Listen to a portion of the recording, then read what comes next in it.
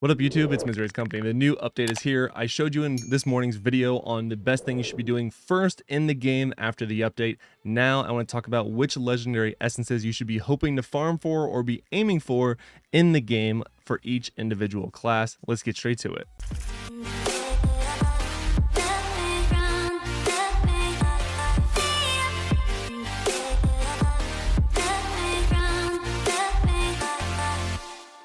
Now, just for ease of use, I am using the patch notes that we got earlier this week to break all this down. So we have 36 brand new legendaries to cover in this video. The Barbarian. So now the main hand, Cleave now hurls 2 whirling axes, dealing damage to enemies. Okay, offhand, Hammer of the Ancients now throws a whirling hammer that returns to you, dealing damage to enemies in its path.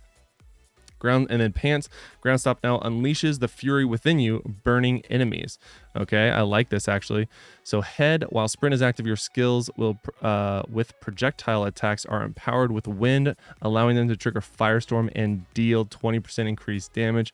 Woo-wee. All right, so your chest is Hammer of the Ancients deals additional damage to enemies that the further away they are. Okay, so Cleave, and then Shoulders, Cleave knockback may now affect enemy players, but can only affect the same player once every 2 seconds. Okay, the obvious one to me, at least, as a kind of iffy Barbarian player, is going to be this helmet, because this is going to make your farming build even better, if I'm reading this correctly, which is pretty sick. I think there's some really interesting things you could do there. So I'm just going to give like sort of the winner for the best legendary item for each class in my personal opinion. And for this one, for the Barbarian, I'm gonna go with the headpiece is going to be the W, the winner for this one. That's going to get the W.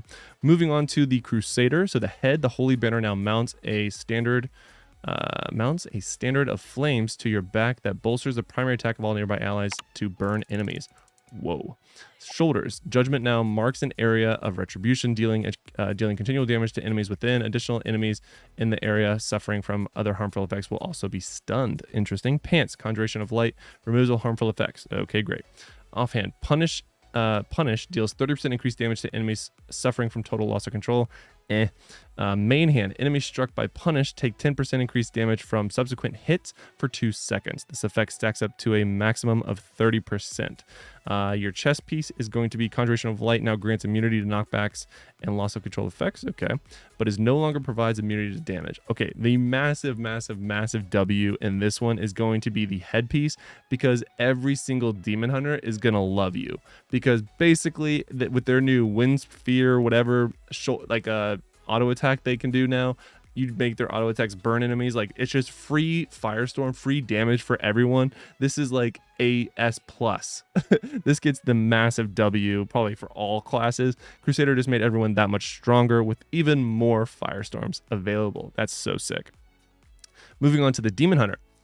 All right, so your chest piece knockback shock now channels a flamethrower that burns enemies. Gosh, that's sick. Your chest piece, though, I'm trying to think about where, when I was on my Demon Hunter, where that would land in the build. Okay, so Head, escapes cooldown is reduced by 1 second each time you take damage, up to a maximum of 3 seconds. Pants, knife trap now places a trap filled with hooked chains. When triggered, hooked chains explode from the trap, damaging and pulling all nearby enemies together to immobilize them. That's a lot, but okay, I understand. Knockback shot deals 20%. All right, this is your offhand. Knockback shock deals 20% increased damage to enemies suffering from loss of control. Meh. Knife trap. Explosions also shatter the enemy's armor, increasing the damage taken by 10% for 3 seconds. Meh. Impale now throws a knife that ricochets between enemies multiple times before falling to the ground. Picking up the knife reduces the remaining cooldown of Impale. This is interesting. You know, I don't know if much of this will change the current like best build that I've already covered for the Demon Hunter, but the two that are going to tie it for me are going to be the main hand as well as the chest piece. And I'm probably going to give the W to the chest piece, I think.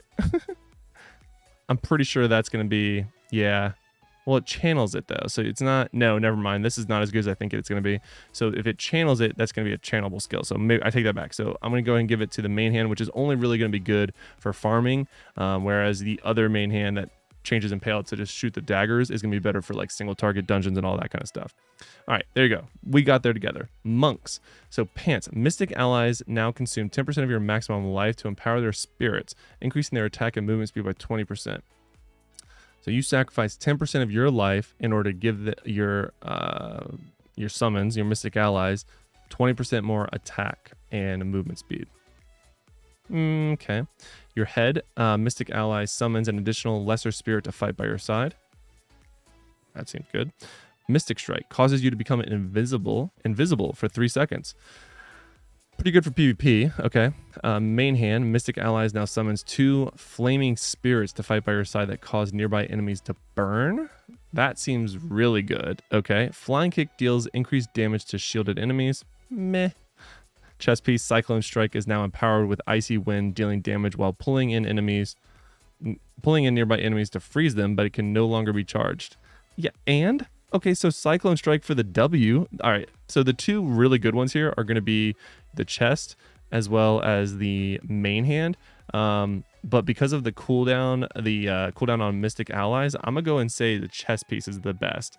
We don't get many like freezes or like chills anymore outside of the wizard, so this seems like a pretty appropriate adjustment and addition to the game. And the chest piece for the monk is pretty flexible. I mean, there are some really good options, but this one is also one that could be easily interchanged, so I like that a lot. And I also like that it doesn't have to be charged. Love that a lot. Okay, moving on. Necromancer. So the Necromancer, the chest bone wall now conjures a veil of darkness that continually deals damage and generates corpses from enemies passing through it. Okay, that could be good. Dark Curse now, or your pants, Dark Curse now casts a dark rune in an area that explodes after a short delay, damaging enemies and removing a beneficial effect from them. Okay. Head, Grimscythe now also slices through the enemy's armor, increasing in damage taken by 10% for 3 seconds. 3 seconds sucks. That's like basically your next skill is going to do 10% more damage. Shoulders, Bone Armor also increases primary attack speed by 15%. Okay, all right. Your main hand, Bone Spear, has a 50% chance to launch a larger penetrating Bone Spear that deals additional damage. Okay, offhand, Corpse Lance now consumes nearby corpses to empower your primary attack for 5 seconds. While empowering your primary attack, will also launch a penetrating lance that deals increased damage for each corpse you consumed. All right, I'm going to go ahead, not just because it's the last one, but the offhand feels like that one's going to be the one that gets the W for me, because I think there's some interesting builds with corpses that you can now do with some of these, as well as some of the other new essences we got for the Necromancer in the most recent, or last time we got new legendaries. So I'm going to go and give the W to this one, not because it's going to be the meta, but because I'm excited for the different builds you can now do with this. So I like that a lot. In the offhand for the Necro is one that you could definitely benefit from getting additional damage from. So I like that a lot. So Wizard, my personal favorite. I have not read any of these yet. And the last one, we saved the best for last. Let's go. All right, so Bluster, blah, blah, blah, blah. So offhand, Ice Armor now conjures a violent storm around you, dealing damage to nearby enemies, but no longer absorbs damage. No way. All right, so this is going to be really fun for my farm build. If you've seen my ball build that I have for the wizard, this plays into it beautifully. And now you can, instead of doing like the ice storm, you can do the violent storm around you dealing damage. Really curious to see how that looks in game, because that makes it sound really epic. I'm already excited for the first one.